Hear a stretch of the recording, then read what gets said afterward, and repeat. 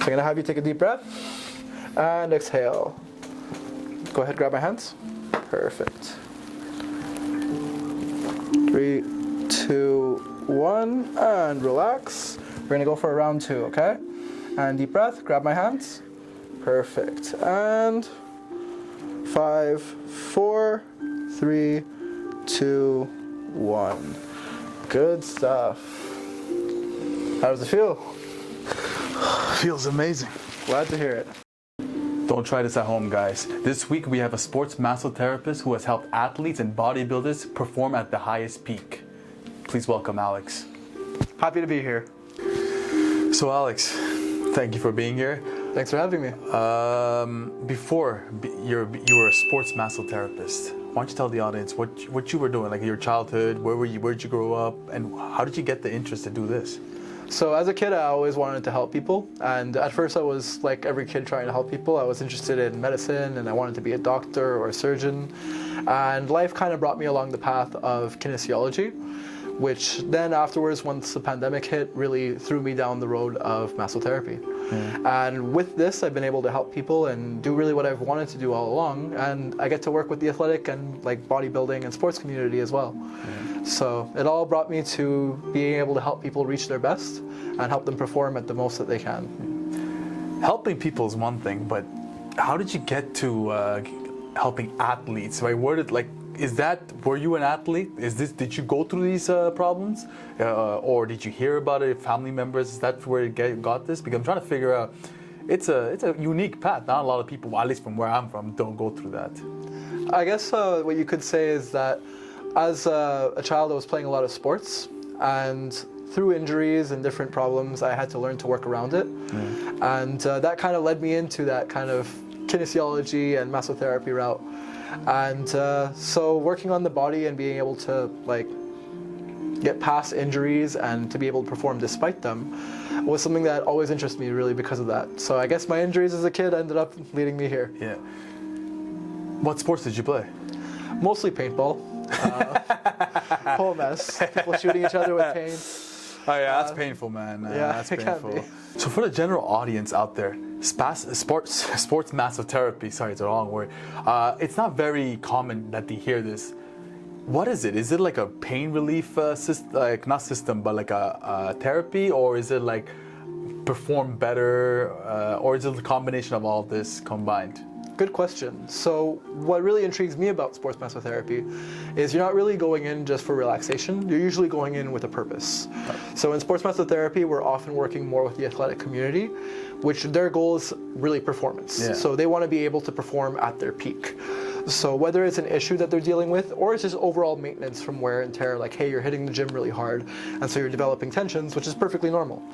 With sports massotherapy, we can use a variety of different techniques, such as cupping, very, very nice one. With this one, for example, we can very easily target specific areas and give a nice release. Let's say they have a problem in a specific part of their body. We can go ahead and really aim at that area. With sports massotherapy, we like to use different techniques. Like I'll be using in my treatment a mix of deep tissue, stretches from table tie yoga, mix of my cupping or even a massage gun in order to basically tailor the treatment for a specific need. Although I do have treatments sometimes that are more general in like essence, like they just want an overall. For the most part, I'm dealing with community that wants a specific reason for what they're hitting. Like, hey, they want to increase their deadlift, or they want to be able to squat without pain, or they want to be able to deal with their shoulders so that they can continue incline pressing or hitting their goals in the gym. So sports massotherapy, in summation, I'd say is a much more specific route to be able to deal with essentially specific problems. So this way we can help them out and they can reach their peak. You said you learned all this. Is there courses that you did? Is there like a university degree, or is this like I say, a training 3-year deck program? How do we start this? So a very good question. My background is really originally in kinesiology at Concordia, or technically in exercise science, or now as it's called, health kinesiology and applied physiology, which has 3 specializations of essentially athletic therapy, of kinesiology and clinical exercise physiology, and as well as their majors or honors program. What I enjoy about massotherapy is that throughout the years I've been able to develop a wide base of skills. So currently, for example, I'm certified in cupping, I'm certified in Swedish massage, I'm certified in sports and deep tissue, I'm certified in table Thai yoga as well as normal Thai yoga, and as well as passive mobilizations and chair massage techniques. So what's cool with massotherapy is that, let's say, for example, you were doing a DEC or a degree or a bachelor's. It would take you a couple of years to complete. Exactly. Whereas with massotherapy, it's more considered like a trade. So, for example, for Swedish or sports massage, you're looking at 400-hour programs. Okay. So you can complete those within 6 months and start working. With, for example, Thai yoga. Thai yoga is split up into segments. And those segments are generally done full-time, 1 week at a time. So, for example, right now I have Thai yoga level 1 and 2 under my belt, and both of those took about a week to complete. So what I enjoy about massotherapy is that you're able to add different skills to your repertoire without it taking years to build. You can start working with them within a month and essentially starting to master your craft. Wow, that's really cool. Is there any interest from your part to like maybe go and take the other kinesiology and stuff like that to finish that up, or you feel like you already learned it through your profession, like learned it through experience? Definitely. There are many roads to the top of the mountain. And with kinesiology, and eventually, honestly, the goal for me is to do osteo as well. Okay. Either osteo or physio, but I've always been very intrigued by osteo. And I think that they all have good like tangents within each other. It's kind of like a puzzle. Everything has a different piece. Yeah. And by staying in only one kind of stream of thought, we can often only look at a problem from one way. Yeah. And so I definitely think there's lots of value in doing both. Yeah. To go back to piggyback onto your earlier point, you kind of niched into like a sports, more bodybuilders, gym rats you niched down. Did you ever worry that you're niching down and you're kind of only providing a service to a sector, or has that always been your goal? Well, for me, I think I've always wanted to work more with the athletic community. Okay. Oftentimes, they're very serious about their goals, and if they're serious about their goals, they're usually serious about their body as well. And true, yeah. Ultimately, I find we always end up where we are leading ourselves. There's a quote that I like, to walk into your destiny or to be dragged by it. And similarly with a niche, I find that regardless, you'll always end up in a niche. Yeah. But by having an active pacing towards what you're looking for, I feel like you'll end up in something that is not necessarily more controlled, but in something that you want. Yeah. So it might be difficult at first to get it started and get it building. But as long as you keep the path and you keep moving forward, I feel like oftentimes you end up where you're supposed to be. Yeah. How long have you been doing sports massotherapy? For sports massotherapy, as a sports massotherapist, I graduated at the end of 2018. No, that was actually July 2019. Okay. So it's been a minute, and honestly, it's been a very fun journey. Okay. Sports massotherapy definitely led me down a lot more interesting routes than just like Swedish massage would. Yeah. Because it's much more, now the program is called kinesiotherapy, okay, which is kind of a mix of kinesiology and massotherapy. Gotcha. And so I always thought that was a really interesting one. What school or trade school was that you did this? So I did mine at ICRA in Verdun. Okay. There's many different types of massotherapy schools that you could go to. There's Académie Massage Scientifique, which I believe is mostly online, but they do have, I don't know if it's in RDP or in the east of Montreal. There's a couple of different massage schools, I believe like A+ over here in the West Island. And there's even Kineconcept that's more, not downtown, but kind of like East End. Yeah. So there's a lot of different options depending on your location and what you're really looking for. And thankfully, they all have their own little touch. So you can learn a lot from whichever one that you go to. You said July 2019. That's about 8 months before COVID hit. Oh yeah. What happened? So during that period, it was very interesting. A lot of businesses that were running got really slowed down. Myself, I was operating in a gym, and since gyms closed down, that shut down my business for a good period of time. Between that and people being afraid to come out, it made it a little bit difficult to continue going. However, with everything opening back up again, I feel like everything is kind of restarted to its old normal. And that being said, as much as the pandemic impacted a lot of businesses and impacted a lot of people, I feel like now that everything is kind of being more normalized again, we're able to kind of branch out and continue almost as if nothing happened. So it was a good thing for you. In a way, Yeah. it kind of forced everyone to look at what they were doing and seeing what the next step that they had moving forward. You got a nice place here, right? Thank you. Was there any fears opening up a new place? Definitely. Honestly, you're always worried at first, like opening up a place. Like, is it going to be worth it? Am I even going to get clients? Is it going to be worth it down the long road, or should I just like go work somewhere else? Yeah. And these were things that I was wondering for a while, but I'm really glad that I stuck with what I was doing. As tough as it can be, I feel like it's always rewarding when you're growing your dream and you start seeing it grow. It's always a fun feeling where, you know, you're starting to make steps in the right direction. So how did you market yourself to get clients? Because I know you are in the fitness field, athletics. What was your strategy? What did you have a strategy? You changed your strategy? How are you getting your clients now? I think one thing that's very important is really just showing up. So for me, I train at Monster Gym. It's one of my favorite gyms in Montreal. One thing that I really like about them is if you tag them in your story, they'll actually reshare you. So that's one easy way to get exposure, where you're just training at Monster Gym. That's cool. You tag them, and now anyone who's looking at the Monster Gym story will see you pop up there too.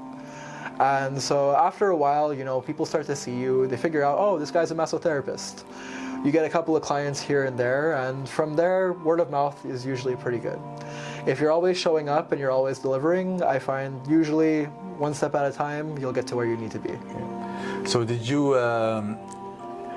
partner, or not partner, I won't say partner, but did you offer free services to like people at the gym who you saw that were their bodybuilders? Or did you reach out on Instagram like to somebody and be like, hey, I could do a free sesh if you don't mind me like posting some content? Is that a strategy that you explored, or did it work for you? So one thing that I always find helps is by essentially creating your own network. Okay. So what I found always helped was getting clients, and once they were comfortable with it, asking like, hey, do you mind if I film? And this way, you know, after a while, you're showed on so many pages that, you know, people start to ask questions.